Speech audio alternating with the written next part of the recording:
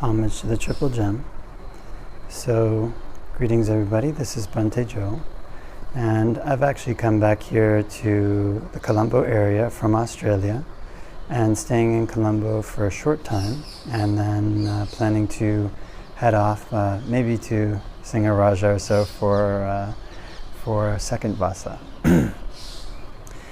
And so one of the things that I've been thinking about recently, at least today, is that actually in order to enjoy something in the world, that enjoyment usually depends on its opposite. So, for example, if a person has been working the whole week, then the weekend is very satisfying. But if they've been off the whole week, the weekend is not that satisfying. This kind of enjoyment depends on its opposite. One of the things that can happen when we're trying to move forward in our practice is essentially developing new habits in a person's practice is it has an aspect of starvation to it. Because essentially what one is trying to do is one is trying to let go of old bad habits that one had before and replace them with new ones. And the reason why one liked those old bad habits was because there was a leaning to them. There was a certain way in which one rested one's life on them, in which one gained a certain satisfaction from them. And so in pushing away from them, in letting them go, and trying to replace them with something else, then pain arises. Now, this can be like most pronounced or most difficult when one is trying to develop a lifestyle of meditation, when one is trying to devote oneself more and more to meditation, devote one's day more and more towards meditation. Because essentially what one is doing in that case is one is restraining one's senses and pulling them in for most of the day. So the way that people usually get happiness in the world is through some kind of outward stimulus that they get. The Buddha, classically in the canon, we talk about like through the eye, the ear, the nose, the tongue, the body, and of course the mind. But the classic ones are the five senses that one is used to indulging in one or the other of the five senses in some way or another and getting happiness from them. And when one pulls the mind in, when one devotes more of one's day towards meditation, towards being alone, towards being restrained, then a certain pain can arise in the mind. Now, pain is a kind of really important indicator in a person's practice because it can be a type of pain that comes through basically starving out the bad habits that one has. Or it can be a type of pain that's indicating that one is going in the wrong direction, that one's going on a wrong path. And if one keeps going, then one can get injured. So it's really important to be able to determine which of these two paths, which of these two like bifurcations one is on. And there's certain signs to it. One of the signs that one can look for in terms of pushing forward on the right path but experiencing pain is that there's often not just this feeling of, say, like physical or mental pain. There can be this really intense story that goes around it, and intense emotions can swirl around that. Kind of, you can get depressed or really lonely, or be thinking that this is just so difficult, this is going down a really wrong path, and there's too much pain.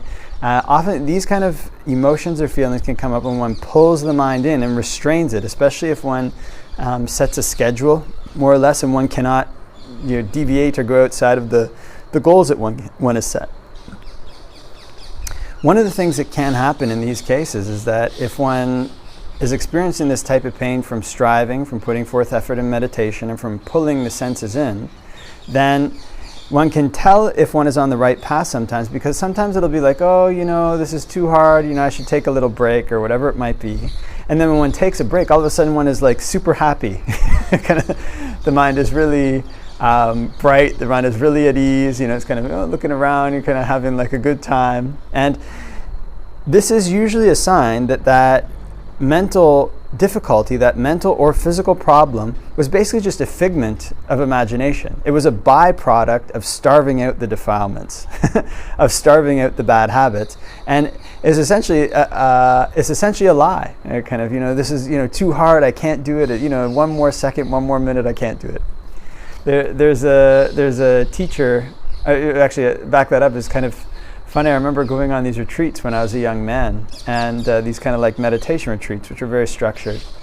And you'd always find like that sometimes during the retreat it would be so difficult, kind of extremely difficult. And then when the last day of the retreat came and it was all over, then it was just like so happy, like woohoo! It's kind of really great. Everybody was really happy, really ebullient, really joyful.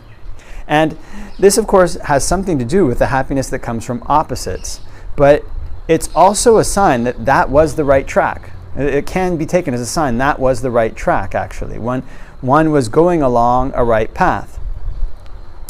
That is the type of thing that usually happens when, again, one is kind of starving out these defilements. It seems like so difficult. One can't do it. One stops. All of a sudden, all the pain is gone. All the difficulty is gone. It disappears. It's replaced by a certain sense of like happiness, or like this kind of like unusual level of happiness.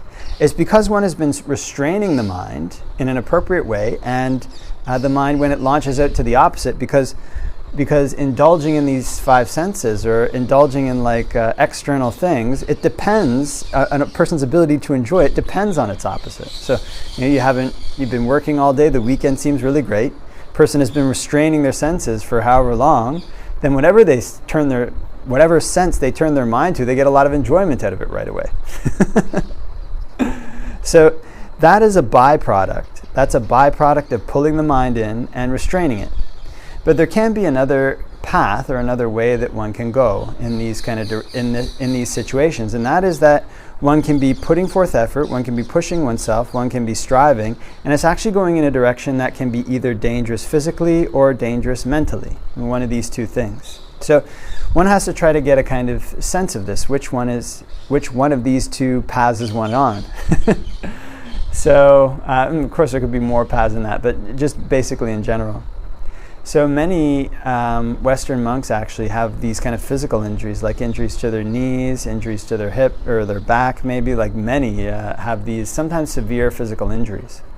And these kind of injuries are the things that build up slowly, build up gradually, when one has been pushing oneself to sit or do things through pain.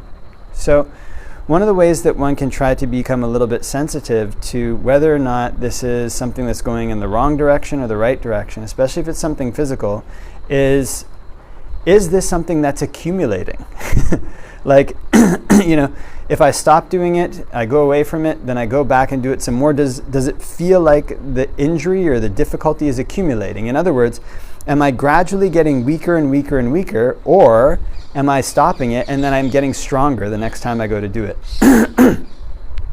That's one of the ways that one can evaluate these things. And, it's often not so easy to tell, because usually there's this attitude when one is sitting or meditating or putting forth effort or striving that, I got weaker now, but, the body will heal up, it'll do this thing, and in the future it'll be fine.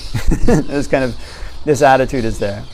But one can observe over time, is this accumulating? Am I actually getting weaker? Am I actually getting more injured bit by bit? And this is something that one can watch, because these very small injuries can build up until, say, like something snaps, one has a knee problem or one has a back problem. And of course, more dangerous than this is if negative things are accumulating in the mind, if mentally one is going down a wrong road. So I was telling some people the other day, actually there was a time, maybe about a year and a half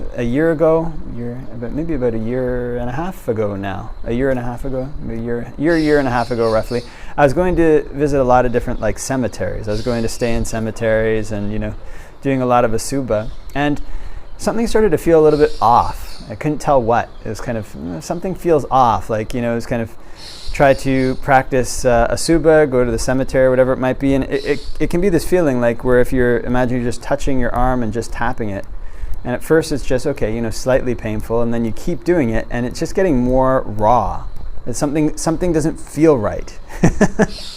So I decided that I would stop going to cemeteries for a little while at that time, and just evaluate, just stop and see what was going on and what was happening with that, and I think it was a good decision. So if one gets the sense that basically one is undertaking a meditation practice, whatever it might be, and again, one can look for these gradual accumulations, does my mind feel like it's gradually going off? Like, is this suffering that's happening, almost like something in the body is gradually getting out of alignment? Is that same thing happening in my mind or not? And one can learn to observe this over time. Like, Are the perceptions that I'm having more in line with the Dhamma or less? Like, am I mentally getting stronger from doing this or weaker? And one can kind of observe in this way to try to ferret out whether the pain that one is feeling or the difficulty one is feeling is going in a good direction.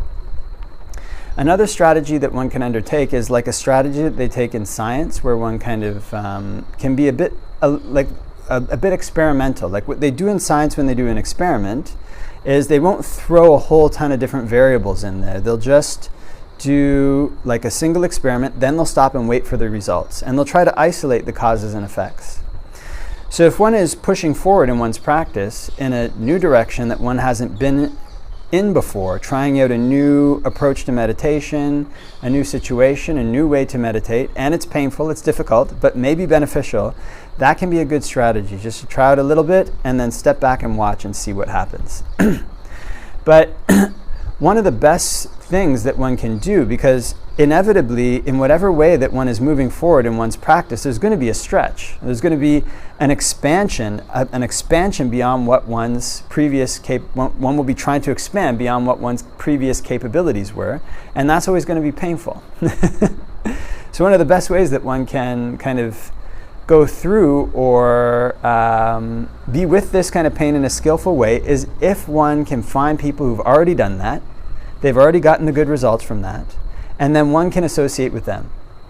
There's a couple reasons for this. One is that people who have already done something, sometimes they may not be able to tell what's like exactly right for a person, but they can get sometimes a general sense if they're going off or if they're going in a good direction.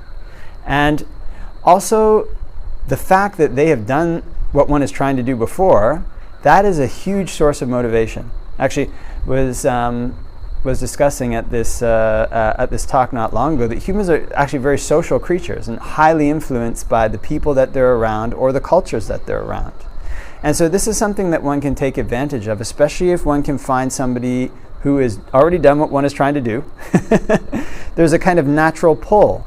If one associates with them, if one asks them for advice and one tries to walk in their footsteps, there's a natural almost pull, almost like you're walking in their current, rather than having to trailblaze and slash through some kind of dense jungle that hasn't had a trail cut through it.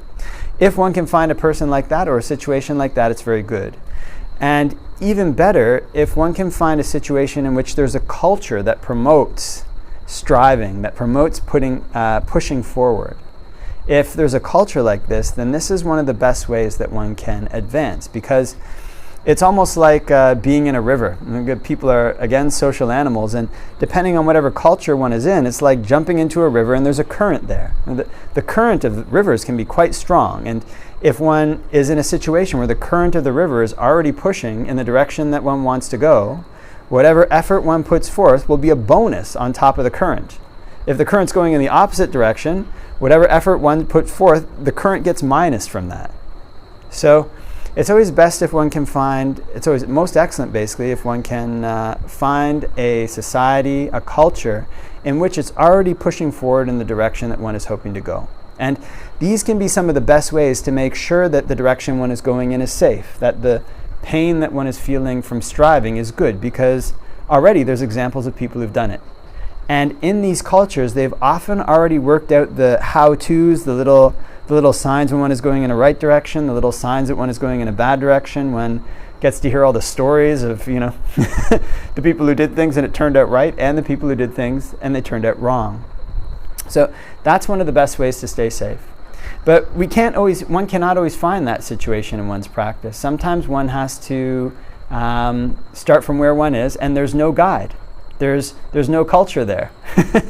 One can't even necessarily find the particular. There's always the brush strokes are always there in the suttas. One can find the answer, but the very particular specifics of one situation may be something that is not explicitly addressed in a sutta that one is aware of, or it may be addressed in a broad sense, and one has to find these very, very specific, say, answers or ways to apply the principles that the Buddha has laid out to fit one's situation. In these cases, one has basically no choice. One has to go on one's own, be a little bit experimental, and learn to try to discern, is this pain that I'm feeling something that's leading in a good direction, or is it something that's leading in a bad direction? Because inevitably, in pushing forward, in moving forward in the Dhamma, there's going to be some pain. There's things that are pleasant to do and they're beneficial. There's things that are painful to do and they're beneficial. And it's the ones that are painful to do and beneficial where one will usually get the most progress in one's path. It's hiding behind these painful things that sometimes are the strongest defilements that have been holding one back. So because there's such an axis, one has to approach them carefully. One has to approach them with this wisdom, trying to determine, is this something that's going in a direction that's going to make me hurt, or is this something that's going in a direction where I'm capable of more than I think? And one of my first teachers, a Zen teacher, he always used to say, you're capable of more than you think. And if one can push through, if one can expand one's efforts, if one can develop in these ways in which one starves away one's defilements, then one can find this, that one is capable of more than one thinks. In fact, anybody who puts the causes into place is capable of getting the results that the Buddha has taught. And this is one of the amazing things about the Dhamma. So I think leave that for reflection. Those are a few thoughts on putting forth effort and being on a path that's painful but beneficial, or painful but not beneficial. So wishing everybody all the blessings of Dhamma practice.